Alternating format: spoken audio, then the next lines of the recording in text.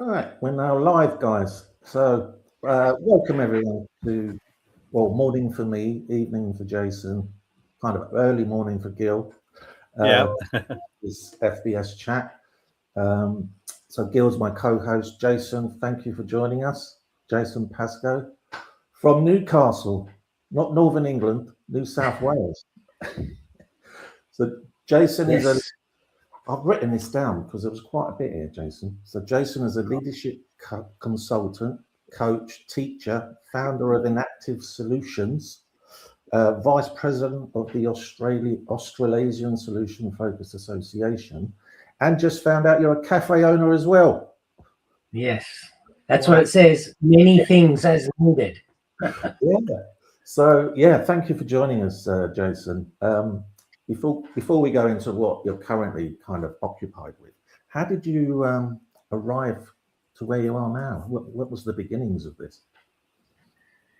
The beginnings of the many things. Mm. I've had a bit of an eclectic journey. My undergrad qualifications are actually in exercise physiology and biomechanics. Then that led me to managing a health club in Queensland as a 21-year-old. Then I went and studied population medicine and epidemiology, and no one knew what epidemiology was back when I did it. They thought it was something to do with the skin. We all know what it is now. And I studied that through a health promotion lens, and I became a teacher. And progressed through the head of department and decided to leave education. I ended up managing mental health promotion, prevention, early intervention, and pathways to care across a group of 52 schools and an area that was 120,000 square kilometres. So it was me, a car, and a laptop. And having lost line management responsibility for people, I was now working with education, but based in health. Some conversations were better than others. And I had no idea why until I'd taken a few more career trajectories. And in 2011, Mark McCurgo and Jenny Clark were in Australia. And I spent 3 days with them. And it changed the way I did lots and lots of things. I then took a corporate role and nearly 10 years and stepped out during COVID to look at solution-focused practice and host leadership, because I was involved in setting up the Australian interviews for the host book with Mark and Helen. Wow. So we know Mark and Jenny. We love them. They're up in Edinburgh at the moment. So what was so amazing about those 3 days, Jason? What was that kind of like for you? It probably affirmed a lot of the way I looked at the world. I was at that time I was managing the New South Wales component of our National Youth Suicide Prevention Initiative here in Australia. It was called Mind Matters, and we were focusing on mental health promotion, what kept people mentally healthy.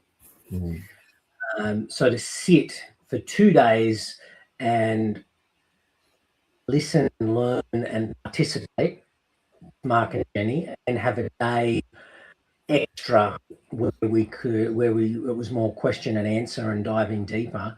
It really did. It changed my practice. So my coaching clients, on average, I saved 25% of my conversation time. We get to 45 minutes through an hour session. It was kind of the natural space to wrap up. And it changed my facilitation. So I'd take the tools and things that I'd learnt and try them out while I was training educators and others. Have them think about how they would know that 2 days with me had been useful and what difference would it make in their school. But they'd do that as they'd walk from one side of the room to the other, just noticing who might support them on those 2 days. So it was trying stuff out. And what worked for me in the context that I'm in. And now we do it in the cafe a little bit. Yeah. So Jason, when you encountered Jenny and Mark, you at that point you weren't already into solution focus. No. You just sort of thought that way, but were they in Australia doing trainings around and you just came across one of their trainings and thought, I'll sign up and go and see what this is like? The company I'd done coach training with brought them out to Australia, and they sent out an invitation to people, and that was that. I went to the training, and it sounds strange thinking about it now. It was 3 days that changed a whole bunch of my practice. Yeah. And I mean, you were saying that it sounds like the sessions were more focused and shorter than they were before. So what difference did it make to the clients and to yourself working in this way? Look, there was, interestingly, initially there was a bit of a dilemma. Like, they paid for 60 minutes of coaching. They didn't need that. I got over that pretty quickly because everyone was walking away happier. They were clearer about what they wanted. The feedback was different. And people got to where they wanted to go faster. So instead of a 6-session engagement, they might be fine after 4. Like, they knew where they wanted to go. They knew what they wanted to do, seeing the changes. So that's the difference made in coaching and facilitation, to ask multiple people in a room, sometimes multiple teams that come, questions about difference and signs of progress and what they might be noticing, or who might be noticing what from their leadership, added a whole nother dimension to what people would walk away from the workshop with. And, nearly, was that 2011? So let's say 15 years later, I was talking with Paul Z. Jackson over, we were doing a facilitation beyond the screen conversation, and we were sharing the way we introduce ourselves. And my typical introduction now won't be an introduction. It'll be break into small groups. There's 2 things I want you to talk about. How will you know our time together has been useful? And what are you curious about in terms of the person standing up the front? I like that. My introduction, straight up, rather than reading something off LinkedIn or a bio that I'm asked to send to a conference, or well, I have to say, you can ask me what you want within reason. Most of the time, it's more relationally oriented questions. It's not what's your educational background, what big projects have you worked on, not the stuff you typically read. And then we'll set up. So what difference would it make for you if you get what you want from these 2 days? So it all starts there now.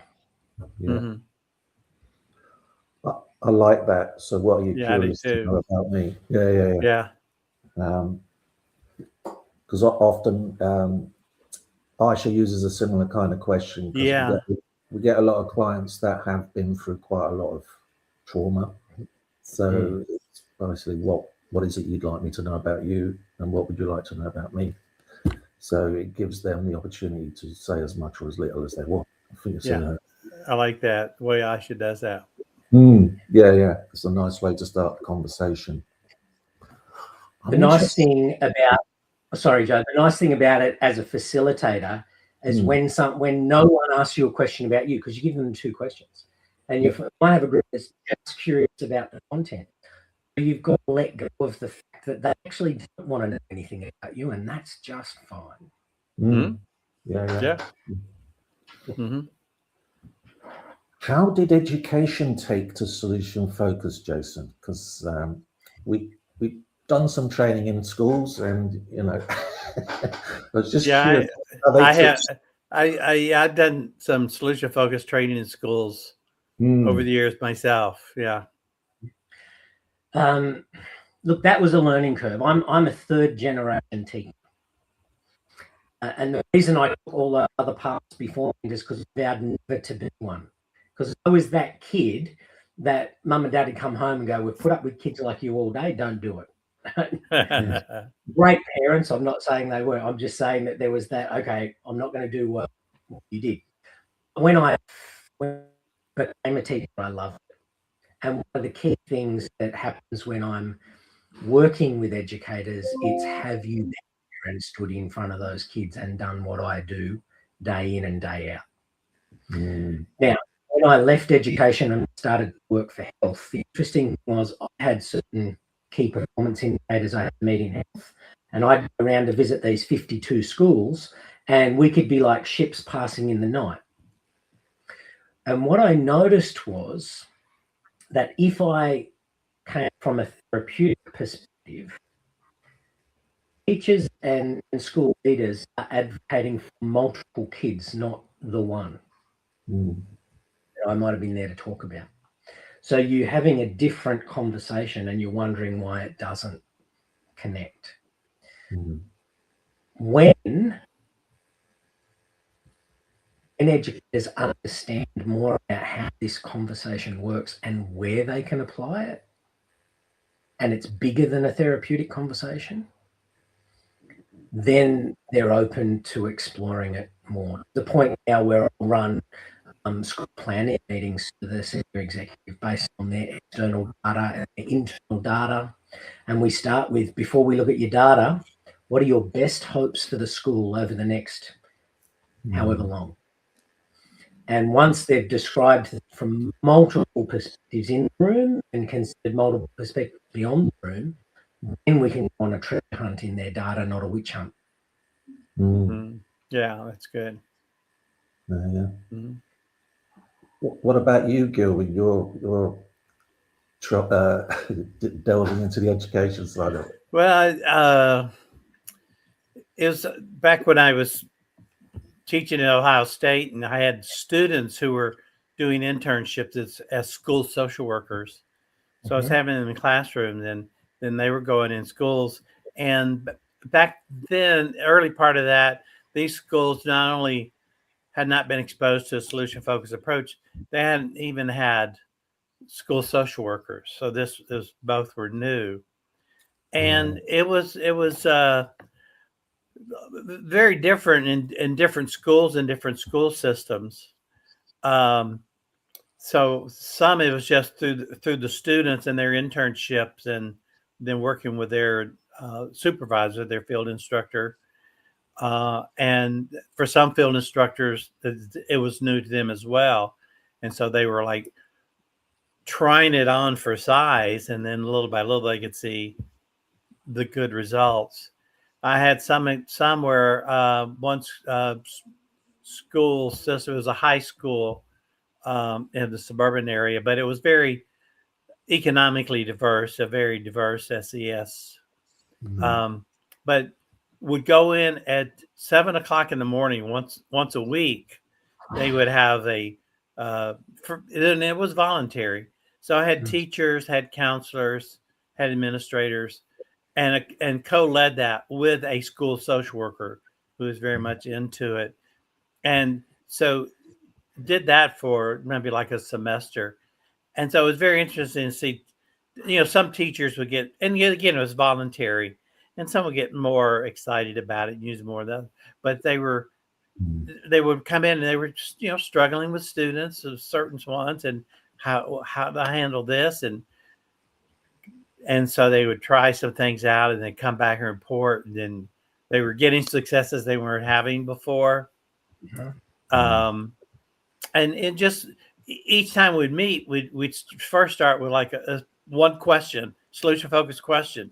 And we'd practice that dyadically or in small groups and things like that. So and this again, it was some young new teachers, some sort of experienced, sort of grizzled administrators, and looking for something new and different.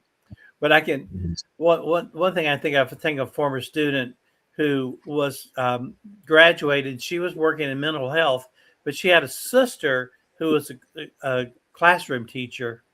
And this was in a more rural area, a small town, and so her sister would talk to her about students she was struggling with. So she gave her wanting Linda Metcalf's books. And she read it and started using it. And so the school teacher sister said to her mental health sister, "Why didn't you give this to me years ago?" She read it, started using it and getting results she had not before. So it's really varied. I've done presentations to like short presentations, like 200 school personnel, teachers, administrators at the same time, but they'd be like a 2 or 3 hour workshop, without follow up. It doesn't seem any kind of training doesn't seem to stick with some type of follow up over a period of time. I think the research shows that, and that's been my experience. I don't know how about you, Jason? What's been your experience?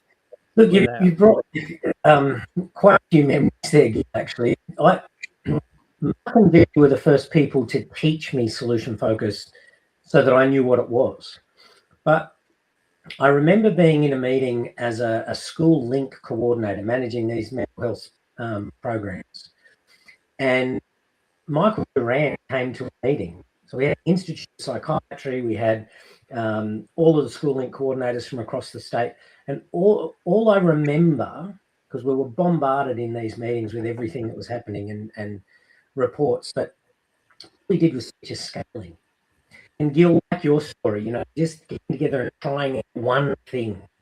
And then they go away and they try. So scaling became part of my practice. And we were writing national workshops for educators by the time I was working on the National Resource Prevention stuff. And I was writing in solution-focused scales for the planning workshops. And then just sharing bits of that. And people would come back and talk about the ripples. And it was only last Friday, I was in Sydney and I was presenting at a conference for the Australian Council of Educational Leaders. And we were talking about the idea that we are consistently co-constructing our futures. And there were people in the room that I trained 2 or 3 years ago who were now up presenting.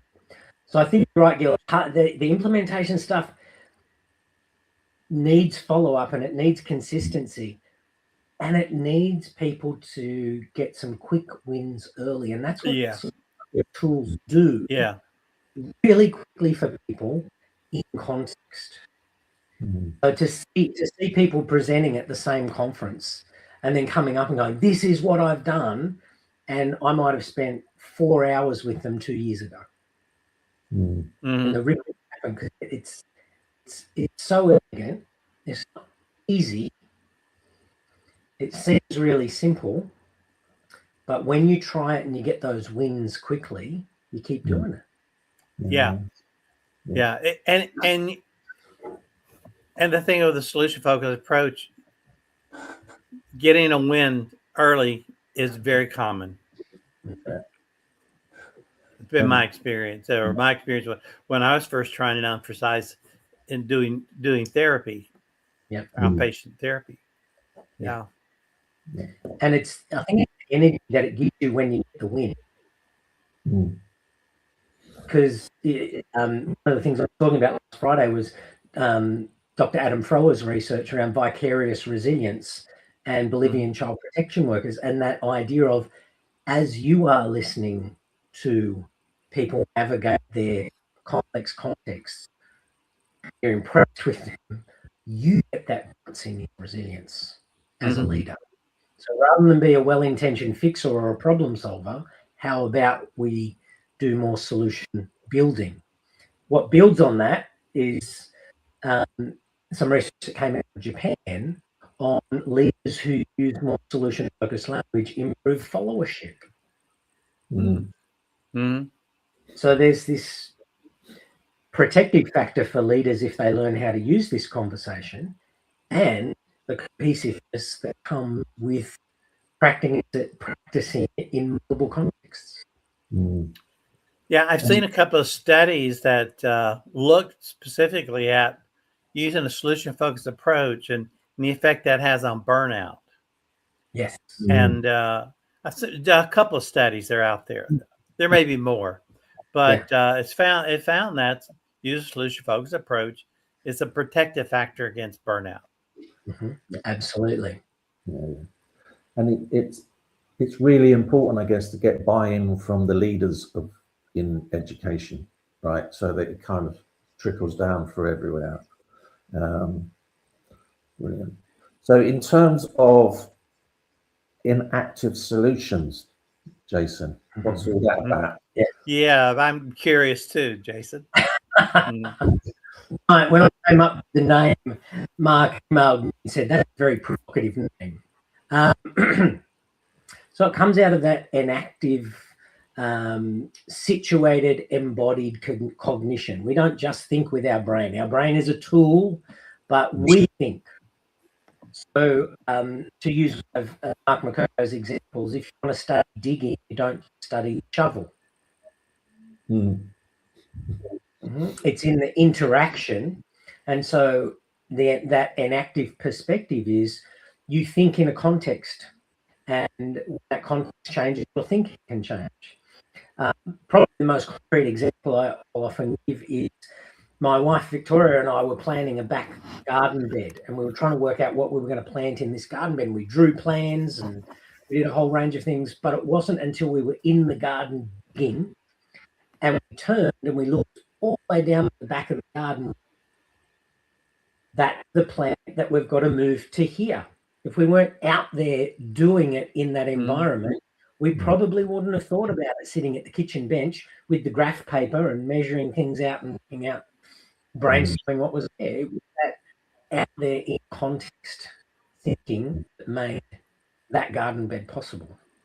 And that's what the inactive solution is about. It's about the action is in the interaction, not in your head, and that happens in a context. And something we talked about with Jason on our podcast towards solutions was that it's like the context affords us certain opportunities, and a solution-focused conversation helps you notice things that you haven't necessarily noticed before, and it brings them in that field of view. So there are different possibilities for interaction, which means there are elements of the answer that live around us. They don't just come from within. The possibilities are there around you. And that's just a reflection of that inactive thinking. And so that inactive solutions now is that sure, it certainly reflects a way of thinking and acting. Yes. So how do you then do inactive solutions? Is that an organization? It's a website, or all of the above? Look, it's a company through which I do my consulting, coaching, and facilitation. Okay.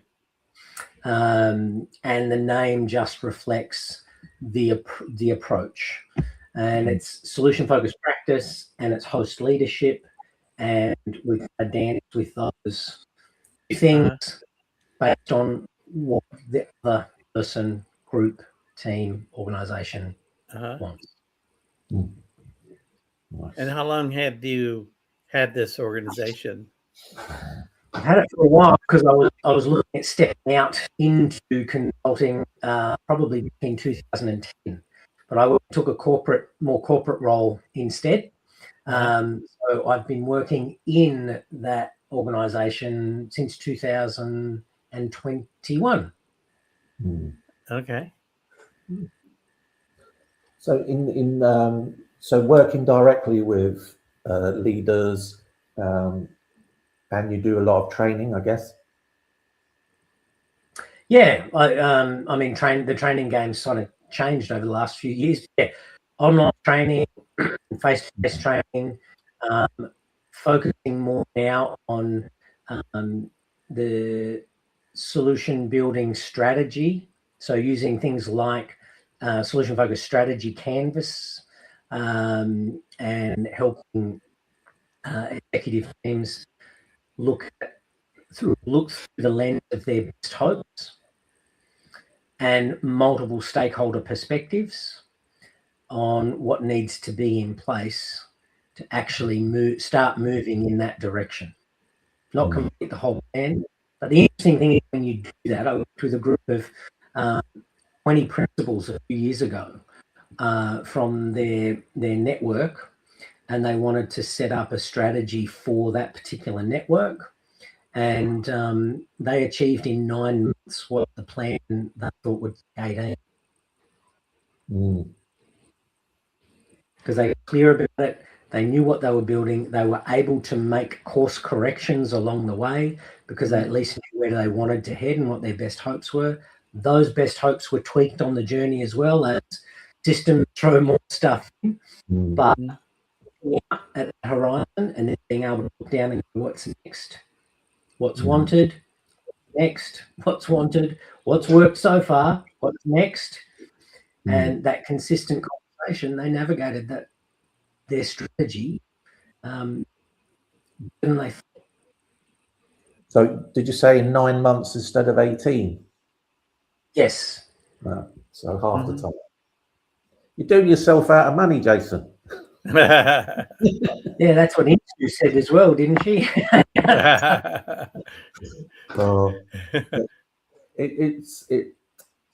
I mean, how satisfying is that for you? It must be really satisfying to see that progression so quickly, and for the client.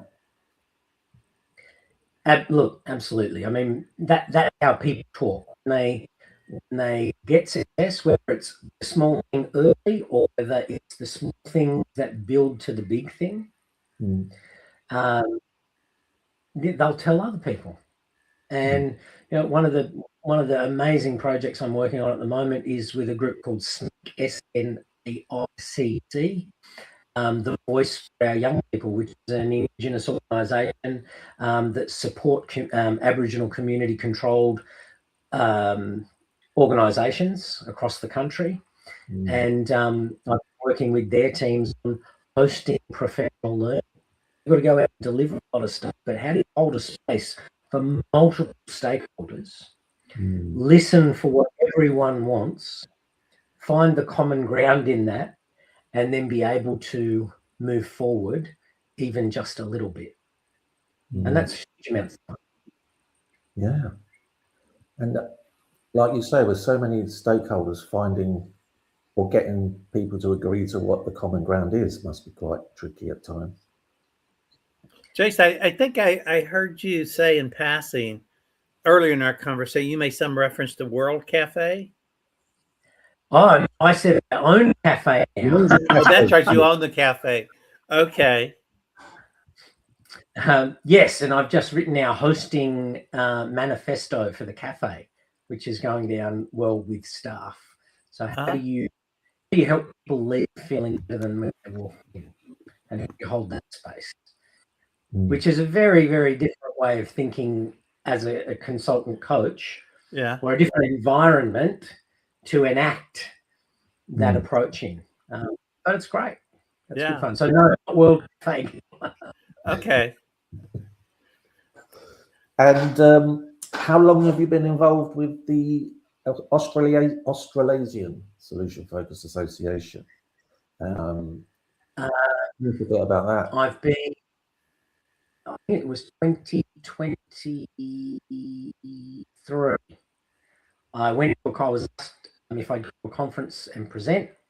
I did, and then I was asked with great force to join the board. It was like the board members cornered me one night, and I said, "That's not that's not me." But it's an amazing group of people who absolutely are passionate about the solution-focused approach, and it's the most fun board I could think about being part of, and doing that. Organising conferences and thinking about, we've got a great conference committee for the conference coming up on the Gold Coast in October, and some amazing speakers. That just watching the network work, having people, not even just the people on the board, but the network of members, supporting each other, throwing ideas out there, bringing any bringing their connections. I mean, that's how we've ended up with Alan Ward coming and speaking in October, in Guyton, and coming and speaking in October. And it's just people who love the approach, they want to see it grow, and they want others to know. Yeah. Mm-hmm. And was David Haynes part of that strong arm group? Absolutely. So he was president.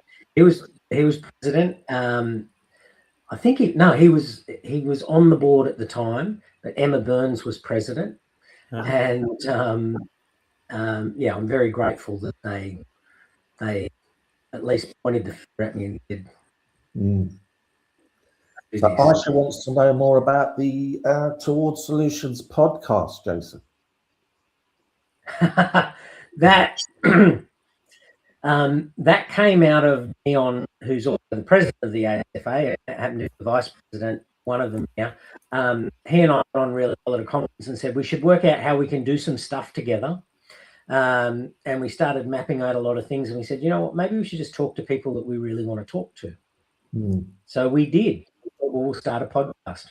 And Anton Stellans was the first podcast, and then Andrew Gibson was the next one, and that every podcast has got standout moments. Right? For Anton to talk about the work that they do, and he made this statement. He said, "It's joy," or something like, "It's a joy to see people who have worked together for 25 years and come into the same room and meet each other anew."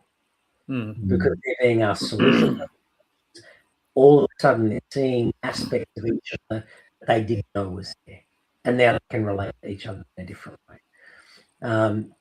Talking with Andrew about the essence of solution-focused practice, and we're about to put up a mini 25-minute interview because he went away from the podcast and wrote the book Essence of Solution-Focused Practice. Because in Belgium had listened to the podcast and asked him if he could use the slides. There's the ripple again. Yeah. It's gorgeous. Jenny Clark and her experience, and think about reimagining and how we do that, how solution-focused questions do that. And I'm not going to remember everyone. We've got about 12 podcasts up there now. But Victoria Spatchenko in Kiev, and talking about glimmering.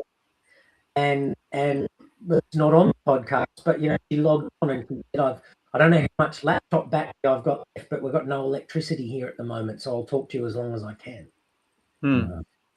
And all Dion and I have done is ask everyone at the end of a podcast, who should we talk to next? So it's not our list of people we want to talk to. And we're probably with the podcasts and connections that we could now do. But it's that ripple. It's just that, who should we talk to? Who should we talk to? And names come up. And how long have you been doing the podcast? About a year. Okay. Try and get one a month up. Yeah. In amongst all the other things we do. Yeah. I bet Joe and Aisha can relate to that. Yeah. A lot more than I. It came about through lockdown, really, Jason. Just like, what are we going to do with ourselves? We just sat here and reached out to the SF community, and they're just such giving, lovely people to have conversations with. And we've learned so much, made those connections, worked on little projects with some of the guests. So like you say, there's that ripple effect going through. So what's your next thing that you're looking forward to, Jason? What is, apart from that, I know the cafe's up and running now, what else are you looking forward to? Mm-hmm. I'm looking forward to exploring some more projects that are possibilities. I'm running some online training next week with a partner organisation in Victoria, so at our state, Victoria, called Critical Agendas, and I run an online solution building program with them. I've got some schools to visit. We're going to talk about a solution-focused approach to case conferencing with kids. There's the training stuff, and I love being in front of people and talking to them about solution-focused practice. There's the coaching clients that I've got. I'm coaching some of the senior leaders from the organisation Snake at the moment, and it's just a joy to work with them because they're so passionate about what they do, and they find ways of navigating situations that is just so impressive. So impressive. They're probably the main things. And a holiday. I think a holiday is in order. So Aisha wants, before we go to asking you about, is there a book on the horizon? Did you see her question, Jason? I did. Trying to, let's just ignore that. In terms of, oh, hello. Hi, shit. We work with families mainly, but before that, we worked in schools with a lot of young people, and they're just so amazing. We learn so much, and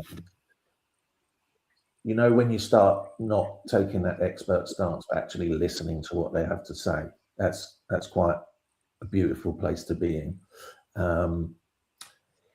Because I don't know if it's the same in Australia, but there's a lot of concern about young people's mental health and anxiety and so on and so on. I just wondered if it's something that's been highlighted where you are, Jason. Is it the same? Or Yeah, absolutely. I mean, of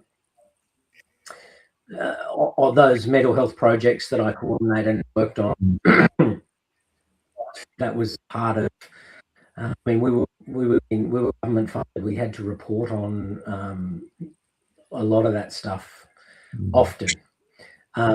One of the big things that's come out in the last maybe 2 years in Australia is educate the secondary traumatic stress or vicarious trauma, and that the researcher or the researchers that did that did a really good job on it. But they actually found that for some cohorts of teachers, their level of secondary traumatic stress is higher than that of psychologists and paramedics. So this interesting situation, I think, where educators are hearing stories from kids who are struggling and their families, but they're also potentially hearing stories now from colleagues who are struggling. And if they can understand and try out solution-focused conversation, then they're not taking as much on in that, and they're supporting the kids, they're supporting the families, and supporting their colleagues. And that's where I'm really interested in Adam Ford's research around vicarious resilience. We actually did a small project last year with 19 middle leaders in a school, and I used the Dr. Sarah Smockdron's solution building inventory. I wrote to her, asked if I could use it. We did a pre and post and a 3-week post training. And in 4 hours, 75 minutes and 90 minutes, 4 hours over 3 sessions. 1 week apart for the first 2 and then 4 weeks apart for the next one. There was a 10.2 shift towards a solution building mindset. And that shift was even bigger 3 weeks after. So they were going away and trying it and getting that success and doing that. So yes, Joe, in terms of kids' mental health and wellbeing, it's the stats have increased to have to report on them. And I think working with educators and educational leaders around building their capacity to have a solution-focused conversation, whether it's in a meeting, whether it's with many, whether it's with one, but understanding what it is, understanding that if we look at what's wanted, what's working and what's next, at least in the conversation, then they're protecting themselves and they're proactively supporting the people they're interacting with. And I think, like Gil was saying earlier, and I felt the same way when I started using the approach, is that it's the burnout, like Gil was saying, you don't feel so burnt out because there's some hope in that conversation that something's going to shift, rather than just leaving the meeting thinking, "Oh, I'm just as broken as I was when I came in." It doesn't take much of it. Just because you have people on the front lines, whether they're teachers or counselors or their mental health, and they're dealing with some of the most challenging people, situations, and they're trying the same things over and over again, and nothing seems to really be working. And you introduce the solution focused approach, and they try and just get that glimmer. They see a little shift, and they get a little glimmer of hope, and then it's a solution building for them. As you say, the vicarious resilience. Absolutely. And absolutely. I was just going to ask Jason, I don't know if it's already happened. I know Australia were looking at banning smartphones or certain sort of social media for under 16s, or is that in schools? Because the UK, I think, they're doing. Yeah, look, that's happened. The social media ban is there. Kids are pretty resourceful. I've got a 14-year-old.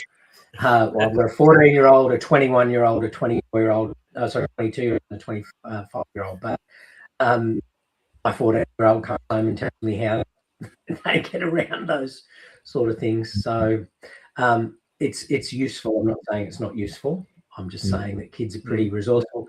They've got what they call yonder pouches out here. They put their phone in, and it's magnetically locked so that they can't use them at school.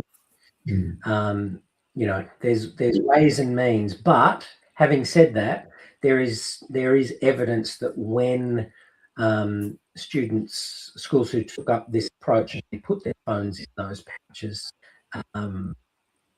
that trouble in the playground decreased pretty rapidly in some places. Wow. Yeah. So it's still very new, isn't it? And still kind of learning how it works. In terms of the social media ban, yes. Yeah, the social media ban. So we're all still navigating that, and a 14-year-old probably knows more about it than I do in a lot of ways, because he is locked out of a lot of sites and things. Not a bad thing. Definitely. When we were in schools, there was a lot of, we'd have a group of young people texting each other, but you'd be 2 feet away from each other, not talking. Why don't you just communicate? Use your words. Use your language. So hopefully that it will make them start having face-to-face conversations with people. That can't be a bad thing. Yeah, and developing friendships. Yeah. There are different friendships. Definitely. Before I ask you about the book, Aisha I wants can to see know, Aisha's. have you, Yeah. have you seen it, Jason? She wants to know if you're a solution-focused dad. My kids would say no. Having said that, by stealth. Mm. So, you know, if I ask them a direct question, they'll say, "Don't ask us any of your stupid questions, Dad." But after a while, you hear them asking some of those questions to their friends or others, you know, and so I'm not sure the answer can be a yes in the way I might understand being solution focused, but because you are so close in all of those relationships. Yeah. But I did try one thing. I read that Insu had done about pattern interrupters, and my daughter was feeling particularly down. This is a decade ago. And I went up and I said, "I've heard, and I just want to let you know I'm really, really proud of you." And I walked away. And I got into the book Solution Building with Kids, it was. And all of a sudden she's following me and she's like, "What? What was it? What was it?" But that changed. After a while, that changed to, "Was it this? Was it this? Was it this?" And now she's describing all these possibilities of me being proud. I had no idea she'd done some of this stuff. And it's all coming from her. And the shift in her state was absolutely tangible. That's a very Milt Erickson type intervention or comment. Yeah. Because she has to come up with stuff because you haven't asked a direct question. She's thinking, well, what could it be? Is it this? Is it that? Yeah. Brilliant. Sorry, Jill, you go. I was just saying, you sort of triggered her curiosity. And I remember reading something that Insu wrote about if someone can come up with a compliment about themselves, it goes further than you complimenting them. And in the book, I think it's Solution Building with Kids, she talks about it as a pattern interrupter, but it worked. It was incredible. Yeah. And sometimes the question could be, so what does that tell me about you, even though you haven't? Do you see what I mean? So again, they're having to self-compliment, which is really a nice way of doing it. And I know what you mean about the closeness, Jason. I often we can often lose patience with our loved ones, which should be the other way around when you think about it, because I've got loads of patience. But yeah, I get it. And they can see straight away you're using one of those questions, aren't you? I know what you're doing. So yes. Oh yeah. We're running out. We're running out of time. We've got to talk about Jason's book. I don't know anything about a book. I should mention this when we interview her on the podcast. Am I going to write a book? I'm talking about. Then write one. Yeah, okay. I think there's a book on solution-focused strategy. I don't think it's a book, but I think it's some of the things I've learned over time on what I would call, I've talked about, you know, what are your best hopes for the organisation, and getting that multiple perspective, but then helping people come up with what I call the collective best hope. So if you've got 20 executive middle leaders in a room and they're about to look at internal and external data, so parent, student, and staff data, I find it really useful just to give people a post-it and say, what are your personal best hopes for the school over the next 3 years? Because that's what we're writing there for. Get together with someone else. Okay, you're going to read your best hopes to your partner, and your partner's going to ask you, what difference do you hope that makes? And what I want you to do is I want you to listen really, really carefully and get another post-it note, and you're going to write your combined best hopes. And in groups of 2 become groups of 4, groups of 4 become groups of 8, until you've got kind of 2 groups in the room, and they've got their collective best hopes. And then, you know, it takes longer for some than others, but then they build their collective best hopes segment. Yeah. And then you can bring in the multiple perspectives. So what would students be noticing in classrooms, in the playground? What would they be noticing? What would parents be noticing when the students go home if your best hopes for the school over the next 3 years come to fruition?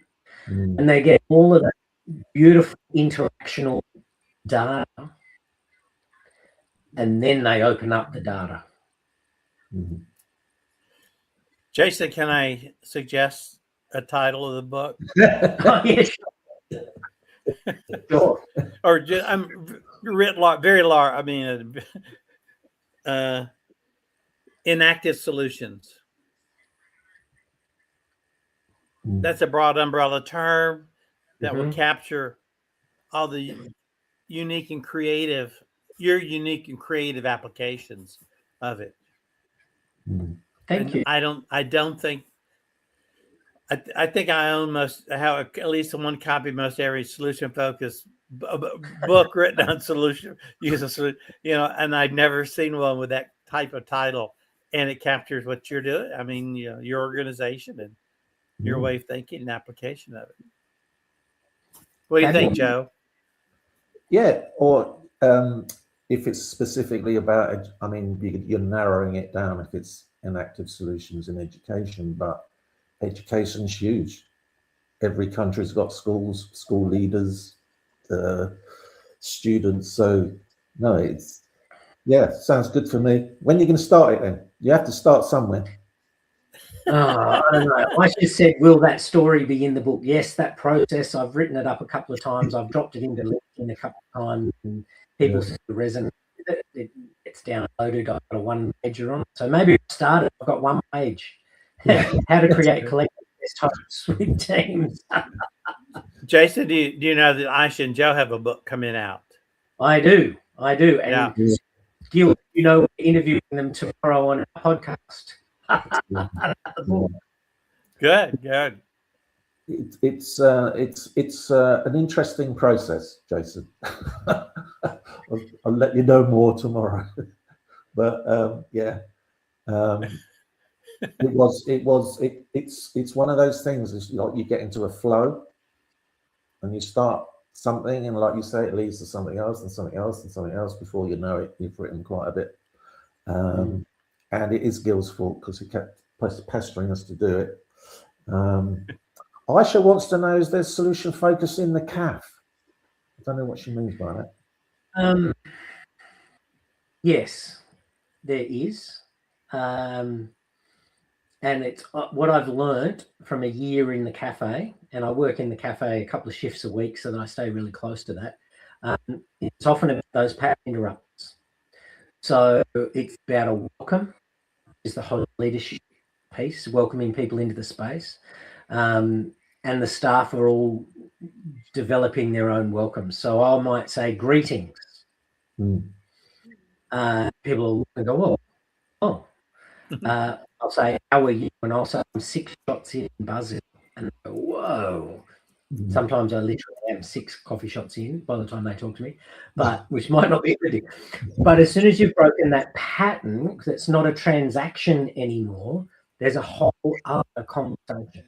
And when you've served them at the pause and you're checking in on how their coffee or their meal is, you're walking around clearing tables. It can be as simple as, what are you looking forward to when you leave here? Or, you know, what's gone well for you today? Just really simple little questions. And people now come past the cafe and they go, we just love the warmth here. Yeah. And training staff who make great quality coffee consistently. And my wife's Malta's influence in the cafe, there's a history to talk about. So it's finding the points that people want to engage or not. If they just want to sit there silently, we're not going to interrupt them from that either. I should say that should be in the book. Maybe maybe that's a separate book. Maybe that's difficult. I have written the art of hosting manifesto for the cafe. I like that. And the staff have all read it, and there's just some five key points on how we welcome and create an experience for customers that help them leave feeling better than they walk in. Have you mentioned the name of the cafe that I just missed it? No, I haven't mentioned the name of the cafe, Gil. It's called Little Gozo, because Gozo is the North Island of Malta, and it's a Maltese influenced cafe. So my lovely wife makes a whole bunch of handmade stuff, and she's a registered nurse, so she nurses 4 days a week. But we get working alongside the kids in the cafe as often as we can because we love being there as well. Nice, very nice. And I was just saying it shouldn't be any different in education the way we greet our students, or when they leave in the classroom, I guess. And you know what? We've found that in the cafe. I wish I'd known this when I was teaching. I really, really do. And I've had so many educators. I've got a guy that I know well, and I'm coaching him at the moment, and he has been an educator for 50 years this year. And it's only in the last few years he's discovered solution-focused approach, and he said, I wish. How do you take a solution-focused approach to assessment? That's what he's working on at the moment. And how do we help kids look for the treasure in each other's work? And things like that. There's amazing ones that it goes forward. And yes, if I'd have known this back then, and my encouragement anyway is to do that. Try it.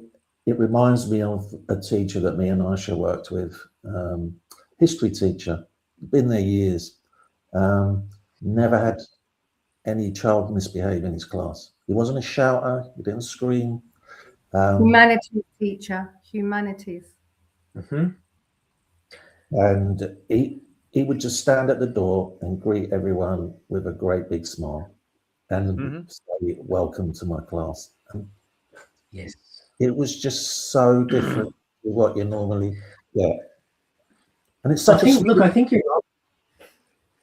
Sorry, Joe, keep going. It's such a simple thing. It was such a small but really important thing to do, because the students just, when you've got one of those, if you've got a smile that can kind of make you feel, they're just relaxed.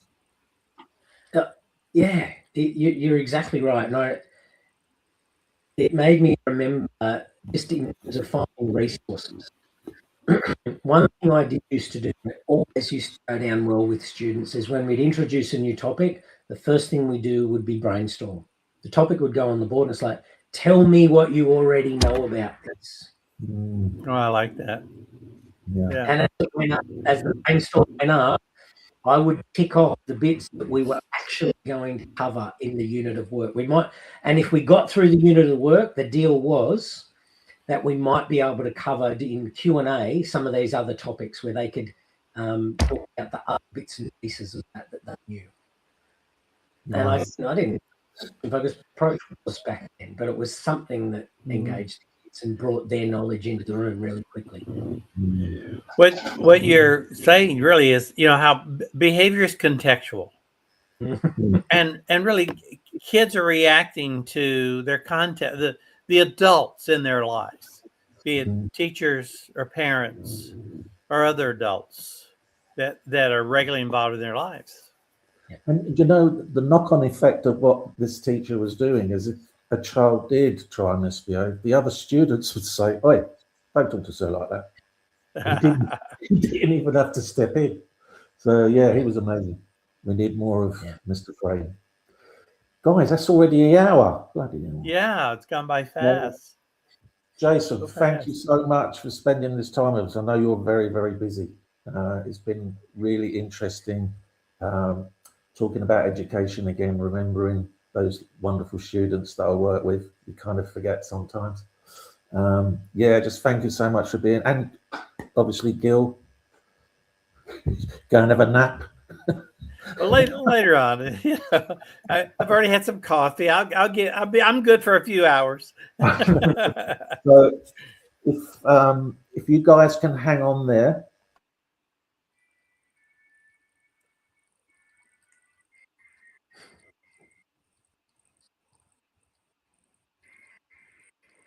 Sorry, Are if we you hang on wrapping there, up here? we'll have a good bye afterwards. All right. See you guys on the next FBS chat. Bye, Jason. It's been so nice to chat with you. Thank Meet you. you. Lovely to meet you too. Thank you. What is it?